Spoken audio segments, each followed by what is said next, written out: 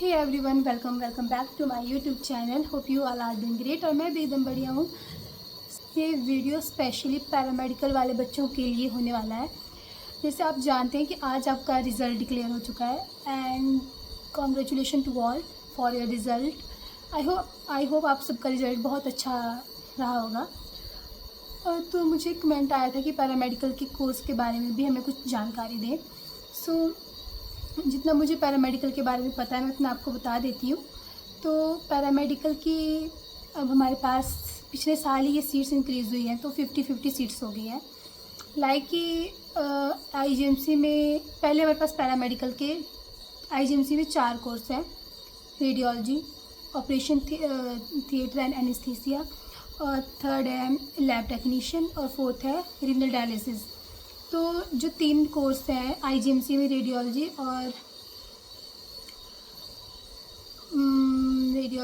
Lab technician और anaesthesia, उसकी 50-50 seats हैं। और रीनल डायलिसिस की है वहाँ पे 5 हो गई हैं। और टांडा में सिर्फ 3 ही कोर्स हैं, radiology, lab technician, operation theatre, तो वहाँ भी 50-50 सीट्स हैं। तो ओवरऑल आपके पास टांडा में 150 गवर्नमेंट सीट्स हैं। तो इसमें ये होता है कि आपके पास, आपको ये भी 4 साल का ही है, तो आपको इसमें भी ऐसी डिग्री मिलती है, BSc in radiology, BSc in operation theatre anaesthesia, ऐसे करके आपको इसकी डिग्री मिलती है। तो आप अपनी चॉइस के अकॉर्डिंग, प्रेफरेंस के अकॉर्डिंग आप इसको सिलेक्ट कर सकते हो। और आप में से बहुत सारे बच्चे ये भी होंगे जिन्होंने नर्सिंग का एग्ज़ाम भी और पैरामेडिकल का एग्ज़ाम दिया होगा।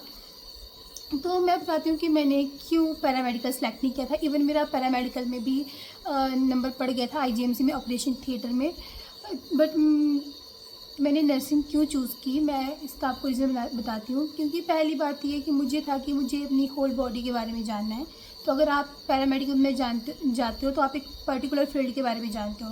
लाइक अपनी बॉडी के बारे में नहीं जान पाओगे। आपको, जैसे आप ऑपरेशन थिएटर में जा रहे हो तो आपको वहाँ की मशीनों के बारे में पता होगा कि मशीनें कैसी चलती हैं, आईसीयू में मशीनें कैसे वर्क करेंगी।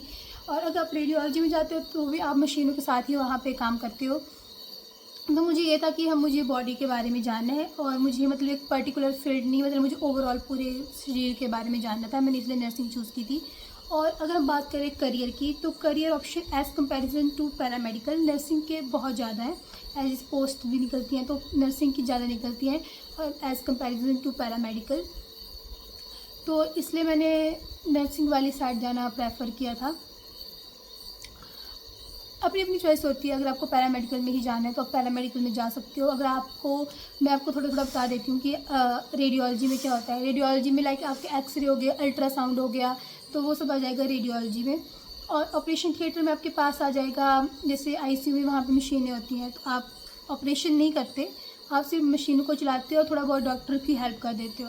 लाइक आप ऐसा मत सोचना कि आपने वहाँ ऑपरेशन कुछ करना है, नहीं, ऐसा कुछ नहीं होगा। और लैब टेक्नीशियन में सैंपल लैब जो भी वहाँ पता है आपको कि सैंपल्स लेते हैं, वो आपका लैब टेक्नीशियन में आ जाएगा। और रीनल डायलिसिस में भी ऐसा ही होता है, वो आईजीएमसी में ही है, सिर्फ यहाँ नहीं है। तो ये था। अब आप मुझे, अगर आप पैरामेडिकल वाले बच्चे इस वीडियो को देख रहे हैं तो मुझे आप अपना स्कोर नीचे कमेंट डाउन करना कि आपका कितना स्कोर रहा। और अगर किसी नर्सिंग वाले बच्चे ने ये वीडियो देख ली है तो जिसने डबल एग्ज़ाम दिए हुए हैं, तो वो भी सोच समझ के किसी फील्ड में जाना। क्योंकि अगर तुम्हें जॉब अपॉर्चुनिटी की बात करें तो नर्सिंग में ज़्यादा है एज़ कंपैरिजन टू पैरामेडिकल। तो थोड़ा सोच समझ के कोर्स डिसाइड करना। बट अगर आप पैरामेडिकल कोर्स चूज़ करते हैं तो आपको एक बेनिफिट ये रह जाता है कि आपकी नाइट ड्यूटीज़ नहीं लगती। लाइक आपकी मॉर्निंग और इवनिंग ड्यूटीज़ लगती हैं। जैसे नर्सिंग में होता है कि तुम्हें नाइट ड्यूटीज़ भी लगानी पड़ेंगी। तो जैसे पैरामेडिकल का है तो तुम्हें इवनिंग ड्यूटी तुम्हारी 2 से 8 हो जाएगी। बट ऐसा नहीं होगा कि तुम्हें रात भर वो ड्यूटी लगानी पड़ेगी, ऐसा कुछ नहीं होगा। सिर्फ तुम्हारी ड्यूटीज़ इवनिंग तक रहती है। जैसे स्टार्टिंग सुबह से हो गई, जैसे 9:30 से कर ली तुमने 12-1-1:30 बजे तक, और उसके बाद तुम्हें फ्री हो जाते हैं। अगर जिस दिन तुम्हारी इवनिंग ड्यूटी होगी उस दिन तुम्हें सिर्फ इवनिंग ड्यूटी में ही आना है। और लाइक ऐसे टांडा में ऐसा है कि जैसे रेडियोलॉजी का कोर्स है तो उसमें ऐसा है कि तुम्हें महीने में 1 संडे भी लगाना पड़ता है। बीच में तुम्हें 1 संडे लगाना ही पड़ेगा। फर्स्ट ईयर से ये स्टार्ट हो जाता है। और जैसे मुझे पता है कि तुम्हारी इतनी रेडियोलॉजी कोर्स की बात करूँ मैं स्पेसिफिक, स्टार्टिंग से ऐसे थ्योरी बेस नहीं होता। तुम्हारी सीधी ड्यूटीज़ हॉस्पिटल में लगा देते हैं 1-2 हफ्ते बाद। और मतलब मॉर्निंग की लगती है स्टार्टिंग में, उसके बाद इवनिंग की कर देते हैं। और 1 महीने में तुम्हें संडे लगाना ही पड़ेगा।